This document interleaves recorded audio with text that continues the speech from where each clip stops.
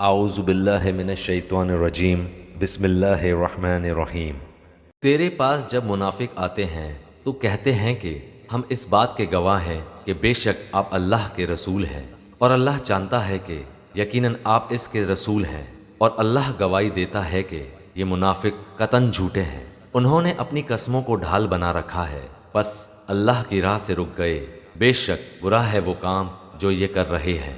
یہ اس سبب سے ہے کہ یہ ایمان لا کر پھر کافر ہو گئے، بس ان کے دلوں پر مہر کر دی گئی۔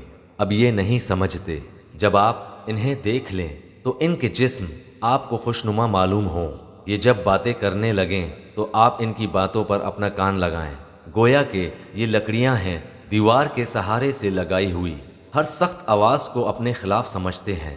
یہی حقیقی دشمن ہیں، ان سے بچو، اللہ انہیں غارت کرے کہاں سے پھرے جاتے ہیں۔ اور جب ان سے کہا جاتا ہے کہ آؤ تمہارے لیے اللہ کے رسول استغفار کریں تو اپنے سر مٹکاتے ہیں، اور آپ دیکھیں گے کہ وہ تکبر کرتے ہوئے رک جاتے ہیں۔ ان کے حق میں آپ کا استغفار کرنا اور نہ کرنا دونوں برابر ہیں۔ اللہ تعالیٰ انہیں ہرگز نہ بخشے گا، بے شک اللہ تعالیٰ ایسے نافرمان لوگوں کو ہدایت نہیں دیتا۔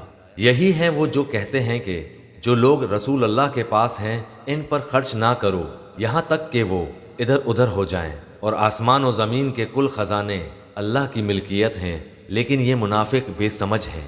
یہ کہتے ہیں کہ اگر ہم اب لوٹ کر مدینہ جائیں گے تو عزت والا وہاں سے ذلت والے کو نکال دے گا۔ سنو، عزت تو صرف اللہ تعالیٰ کے لیے اور اس کے رسول کے لیے اور ایمانداروں کے لیے ہے، لیکن یہ منافق جانتے نہیں۔ اے مسلمانوں، تمہارے مال اور تمہاری اولاد تمہیں اللہ کے ذکر سے غافل نہ کر دیں، اور جو ایسا کریں وہ بڑے ہی ضیاءکار لوگ ہیں۔ اور جو کچھ ہم نے تمہیں دے رکھا ہے اس میں سے ہماری راہ میں اس سے پہلے خرچ کرو کہ تم میں سے کسی کو موت آ جائے۔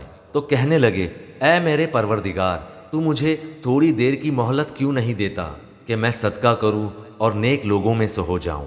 اور جب کسی کا مقررہ وقت آ جاتا ہے پھر اسے اللہ تعالیٰ ہرگز مہلت نہیں دیتا۔